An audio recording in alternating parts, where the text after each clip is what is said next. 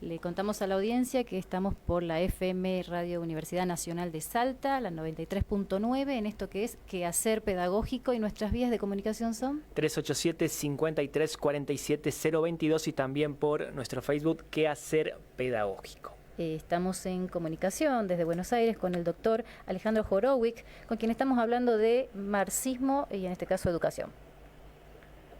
¿Nos escucha, Alejandro? Perfectamente. Buenísimo. Nos habíamos quedado en el bloque anterior hablando de esto de la decisión de posicionarse de un lado o de otro, que es una decisión individual. Yo le preguntaba acerca de que esta construcción o decisión uno la hace desde la construcción y experiencia personal que hizo, pasando por las instituciones. Nosotros que somos profesores aquí también somos responsables de ello. Y pensando en esto, por ejemplo, ¿no? De que muchas veces son sectores populares y a veces los más postergados o vulnerados los que al momento de efectuar el voto votan al verdugo o votan a aquel que va a tomar las peores decisiones para ellos. Y entonces pensábamos y replanteamos la pregunta sobre la explotación, porque a veces estoy convencido de que lo que estoy haciendo está bien, porque bueno, evidentemente el liberalismo nos convirtió en esto, ¿no? En consumidores más que ciudadanos, y muchas veces comprar es sinónimo de felicidad. Y cómo hace uno para darse cuenta que efectivamente está siendo explotado, ¿no? Que en qué parámetros nos valemos o nos guiamos para sostener semejante afirmación. El primer parámetro y el más sencillo es el índice de pobreza. Cuando uno mira la cantidad de pobres que tiene la sociedad argentina, no hay ninguna clase de duda sobre las condiciones de existencia. Cuando uno mira el salario que tiene un docente universitario, un policía o un empleado público, uno entiende que se puede tener salario de convenio y ser pobre. Esto nos hace saber, ser pobre es, según el Instituto Nacional de Estadísticas y Censos, tener necesidades básicas insatisfechas. Cuando alguien que tiene necesidades básicas insatisfechas necesita una explicación más allá de su propia experiencia, estamos en alguien que no puede reconocer su propia experiencia.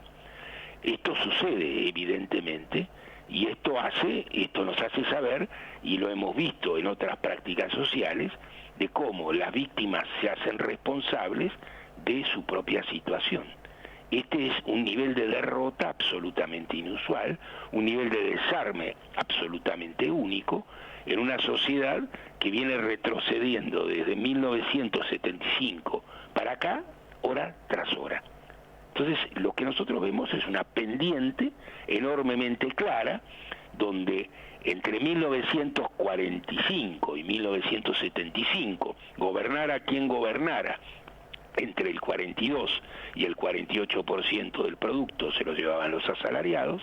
En 1970 gobernaba el general Onganía, que no era exactamente el hombre de la democracia, ni mucho menos, ni un hombre con particular sensibilidad social, y en el país que el general Onganía gobernaba, había 4% de pobres, y para ser pobre había que ser un desocupado.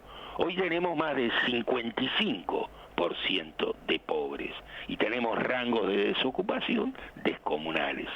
Si alguien no puede descubrir eso, en fin, puede no saber los datos del INDEC, puede no saber esta sistematización, pero la experiencia directa alcanza y sobra para entender en qué punto está.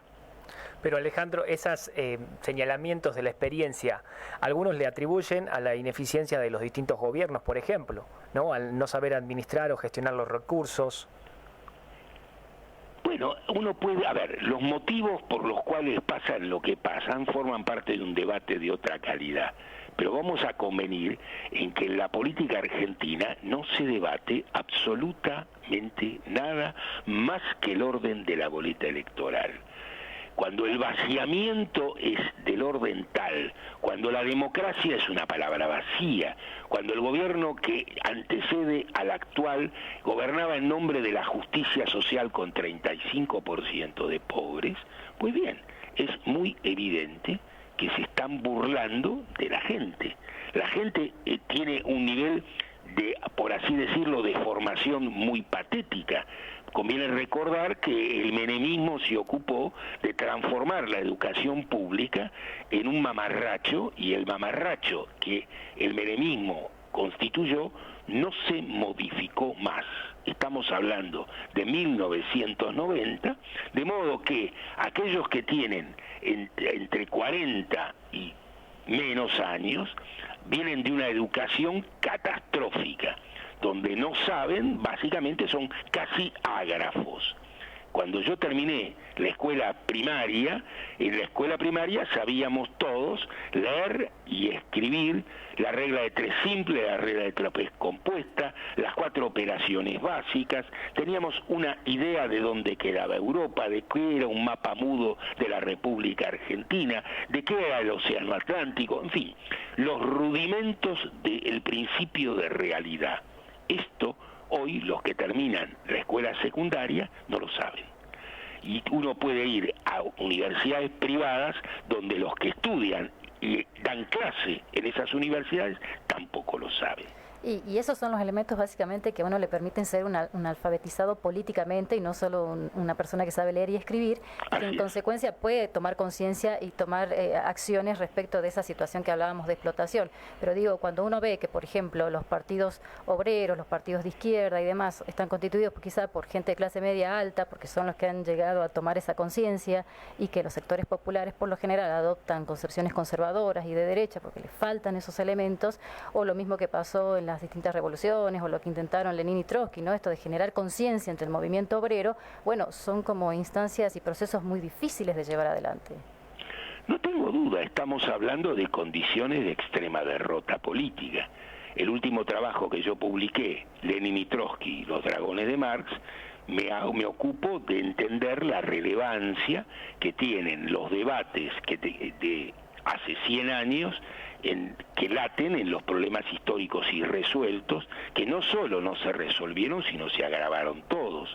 En consecuencia, no estamos hablando de un problema que empezó la semana pasada, estamos hablando de una cadena de derrotas sin balance político. Usted nos marca muy bien el horizonte de dónde venimos, pero ¿cuáles son las alternativas que se proponen desde el marxismo? ¿Hacia dónde se puede ir? En primer lugar, las alternativas no son nunca la propuesta inteligente de 5 personas. Las alternativas son siempre decisiones colectivas, son invenciones colectivas. El secreto de cualquier situación es que esa sociedad tiene o no tiene un balance compartido que le permite remontar lo que sucedió. Esto es, saber cómo pasó es entender qué hacer para que no siga pasando. El secreto de las sociedades como esta es que no sabe qué pasó ni cómo pasó. Por lo tanto, no tiene ningún balance compartido. Por lo tanto, lo que Milei llama la batalla cultural no es otra cosa que poner en valor las consignas vacías que el progresismo enuncia y que simplemente son eso, consignas vacías. ¿Qué quiere decir la democracia para alguien que trabaja para el Estado y lo pueden echar en cualquier momento de hace 10 años? El Estado, que tiene que respetar la ley, incumple la ley y nos ofrece condiciones de trabajo patéticas para aquellos que están dispuestos a seguirlo. Ni que hablar del que trabaja en un Rappi, que carece de derecho alguno. En consecuencia, estamos hablando de estructuras que han sido vaciadas por completo. La política argentina ha sido reducida simplemente a un poroteo de reparto del botín. Y el resto se hace exactamente igual, gobierne quien gobierne.